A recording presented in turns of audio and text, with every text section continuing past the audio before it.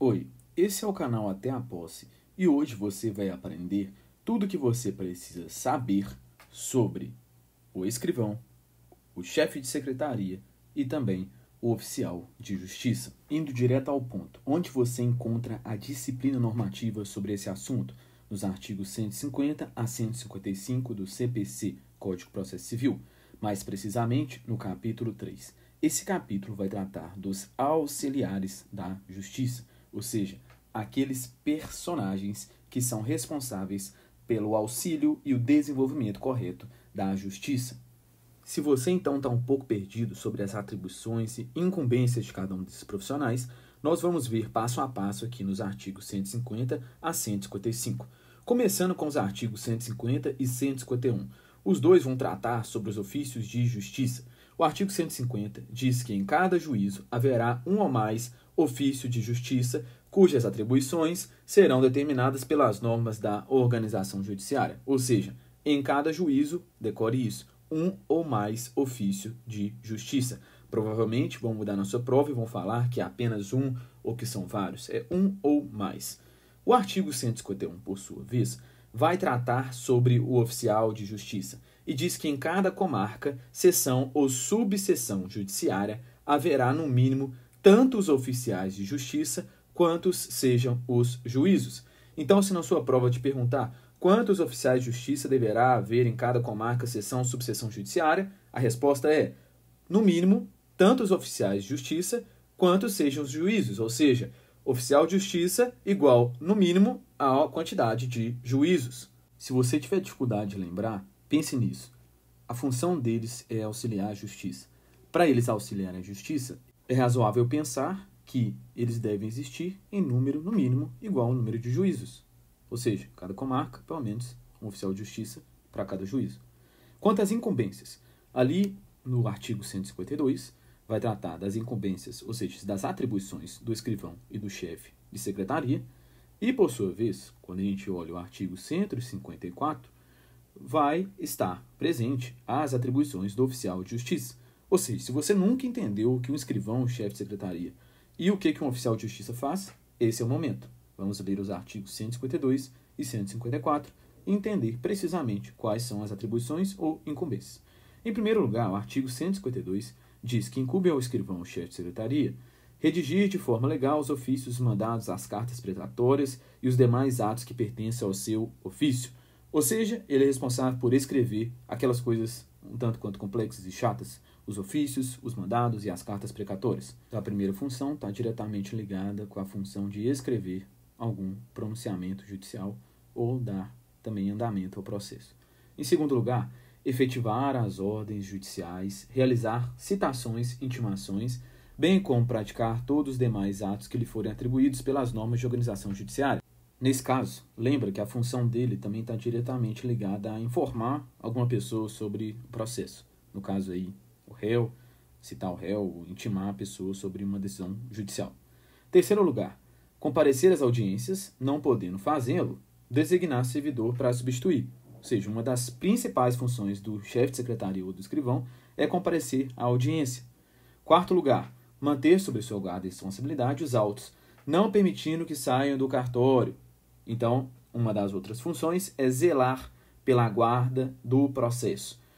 Claro, num contexto de processo físico, isso faz muito sentido, porque se os autos deteriorarem, pode gerar um prejuízo muito grande para as partes que vão perder aquela informação que estava contida no processo físico. Então, lembre disso. A função dele, além de tudo, é guardar os autos, guardar o processo. Em quinto lugar, fornecer certidão de qualquer ato ou termo do processo, independentemente de despacho, observada as disposições referentes ao segredo de justiça. Ou seja, se alguém te perguntou alguma coisa sobre o processo, principalmente as partes, você vai dar uma certidão atestando aquilo que está no processo. Lembrando um cuidado que deve ter, que existem informações no processo que são protegidas pelo segredo de justiça e essas informações não poderão ser compartilhadas com todo mundo. Por fim, sexto lugar, praticar de ofício os atos meramente ordinatórios. A função do chefe de secretaria e do escrivão, basicamente, está atrelada a auxiliar o juiz na condução do processo, na marcha processual, que o processo vá para frente. Perceba que todas as funções explicitadas anteriormente, elas têm uma ligação direta com essa finalidade do processo andar para frente e de auxiliar o juiz em situações cuja decisão meritória não é necessária, ou seja, atos meramente ordinatórios ou atos que visam informar as partes e dar uma sequência, dar uma continuidade para o desenvolvimento processual. E quando eu falo meritório, eu quero dizer sobre decisão de conteúdo. O oficial de justiça, o escrivão e o chefe de secretaria, eles não tomam decisão de conteúdo. Eles apenas auxiliam na condução do processo. Por falar em oficial de justiça, no artigo 154, temos também 6 atribuições básicas. Artigo 154, inciso 1º, diz fazer pessoalmente citações, prisões, detalhe, penhoras, arrestos e demais diligências próprias do seu ofício, sempre que possível na presença de 2 testemunhas. Isso vai ser cobrado e vai ser mudado na sua prova. São 2 testemunhas, certificando no mandato o ocorrido, com menção ao lugar, ao dia e à hora. Portanto, o oficial de justiça incumbe fazer pessoalmente esses atos anteriormente citados, citações, prisões, penhoras, arrestos e demais diligências, na presença de 2 testemunhas, certificando no mandado o ocorrido com menção ao que no mandado? Ao lugar, ao dia e à hora. É a função clássica do oficial de justiça, que a maioria das pessoas está habituado, que ele vai em determinado lugar, se dirige a determinado lugar para fazer pessoalmente uma citação, uma prisão, uma penhora, um arresto e demais diligências próprias do seu ofício. Em segundo lugar, executar as ordens do juiz a que estiver subordinado. Recentemente, uma questão de prova trocou esse final e colocou qualquer juiz. Ele executa, portanto, ordens de qualquer juiz? Não, apenas do juiz a que estiver subordinado. O juiz a que ele responde diretamente. Até mesmo por esse motivo, se você vai lembrar ali do artigo 152, diz que em cada juízo deve haver no mínimo um oficial de justiça, ou seja, sempre o oficial de justiça vai responder a um juiz específico. Em terceiro lugar, ele também é responsável por entregar o mandado em cartório após o seu cumprimento. Foi lá, fez pessoalmente uma citação, uma prisão, uma penhora, entrega e volta para entregar o mandado em cartório após o seu cumprimento. Não é imediatamente, é após o cumprimento. Quarto lugar, auxiliar o juiz na manutenção da ordem. Ele não é um auxiliar da justiça, então lembre disso. Ele auxilia a justiça e auxilia o juiz na manutenção da ordem. Quinto lugar, efetuar avaliações quando for o caso. Em determinadas situações, ele vai ter que avaliar financeiramente algum bem, alguma situação específica. Então, quando for o caso, realizar avaliações.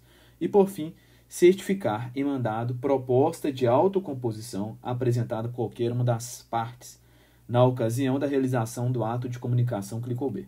Se você está um pouco perdido sobre o que seria uma autocomposição, basicamente seria, em linhas gerais, um acordo feito entre as partes. Ainda ali no artigo 154, parágrafo único, o CPC vai estabelecer que, certificada a proposta de autocomposição prevista nesse inciso, o juiz ordenará a intimação da parte contrária para manifestar-se no prazo de 5 dias, sem prejuízo do andamento regular do processo, entendendo-se o silêncio como recusa. Então, basicamente é o seguinte, uma parte ofereceu uma proposta de acordo. A outra parte vai ser intimada para se manifestar em 5 dias se aceita ou não esse acordo. E se ela não falar nada? O CPC estabelece que isso vai ser considerado como recusa, como se ela não tivesse de acordo com essa proposta de solução consensual. Você deve ter notado que a gente pulou o artigo 153 do CPC, mas basicamente ele diz que o escrivão ou chefe de secretaria atenderá preferencialmente à ordem cronológica de recebimento para a publicação e efetivação dos pronunciamentos judiciais. Ou seja, se estava na dúvida qual ordem vai ser praticado os atos pelo escrivão, de acordo com o CPC, vai ser preferencialmente na ordem cronológica. Ou seja, aquele ato que foi determinado primeiro, ele vai ter que ser cumprido primeiro pelo escrivão. Dessa forma, fica mais justo para todas as partes saber quando o processo dela terá andamento.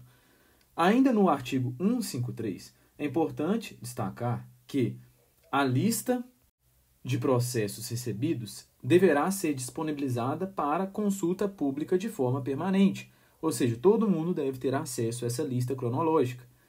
Ainda no parágrafo 2º desse mesmo artigo, como toda regra, temos uma exceção. Então, estão excluídos da ordem cronológica duas situações específicas. Em primeiro lugar, os atos urgentes, obviamente. Se um ato é urgente, ele não tem que esperar na fila de ordem cronológica sob risco de comprometer o direito daquela pessoa. Mas como que vai ser classificado um ato como urgente ou não? De acordo com o pronunciamento judicial a ser efetivado a respeito da classificação desse ato como urgente. E, em segundo lugar, temos as preferências legais, ou seja, aquelas situações de preferência estabelecidas pela lei também estão excluídas da ordem cronológica. Temos, por exemplo, pessoas idosas que recebem uma tratativa preferencial pela lei. O Código também estabelece que a parte que se considerar preterida, ou seja, que ela considerar que foi prejudicada na ordem cronológica, ela pode reclamar nos próprios autos ao juiz do processo, que vai requisitar informações daquele servidor que foi responsável por fazer essa lista cronológica. E esse servidor vai prestar essas informações no prazo de 2 dias. Se for constatado pelo juiz que houve essa preterição por parte da lista em ordem cronológica, ou seja, essa lista estava incorreta, o juiz vai determinar o imediato cumprimento do ato e a instauração de processo administrativo disciplinar para punir esse servidor. Por fim, falando em responsabilidade, o artigo 155 vai estabelecer uma disciplina geral sobre a responsabilização do escrivão, chefe de secretaria e oficial de justiça, dizendo que estes agentes são civil e regressivamente responsáveis quando? Duas hipóteses nesse caso. Então, portanto, civil e regressivamente, ou seja, podem ser condenados eventualmente a pagar uma indenização à parte prejudicada, mas primeiro essa parte vai ter que entrar contra o Estado, inclusive o que dispõe a tese da dupla garantia, que primeiro responsabiliza o Estado e ele regressivamente vai responsabilizar esse servidor que cometeu um ato equivocado. Nesse ponto, o inciso 155 tem duas situações, isto é, sem justo motivo, aquele escrivão, aquele oficial de justiça, se recusou a cumprir no prazo os atos impostos pela lei ou pelo juiz a que está subordinado. Ou seja, tinha um prazo para ele seguir e ele, sem justo motivo, se recusou a cumprir. Vai responder civil regressivamente. E a última situação seria praticar um ato nulo com dolo ou culpa. Perceba que, nesse caso, é necessário o dolo ou a culpa. Portanto, o servidor não responde de forma objetiva. E isso vai ser colocado na prova como tentativa de confundir a responsabilidade. Portanto, ela é subjetiva e não objetiva. Para quem não está familiarizado com esses conceitos, a responsabilidade subjetiva é aquela em que a parte que está acusando o outro de praticar algo errado, ela deverá provar que aquela pessoa teve a intenção ou que pelo menos ela agiu com culpa, ou seja, ela descumpriu um dever de cuidado inerente àquela situação específica. Não é uma punição automática, portanto. Esse foi o vídeo de hoje. Se você gostou, por favor, deixe seu like, se inscreva no canal. Eu agradeço também se você deixar sugestões para novos vídeos. Muito obrigado e até a próxima.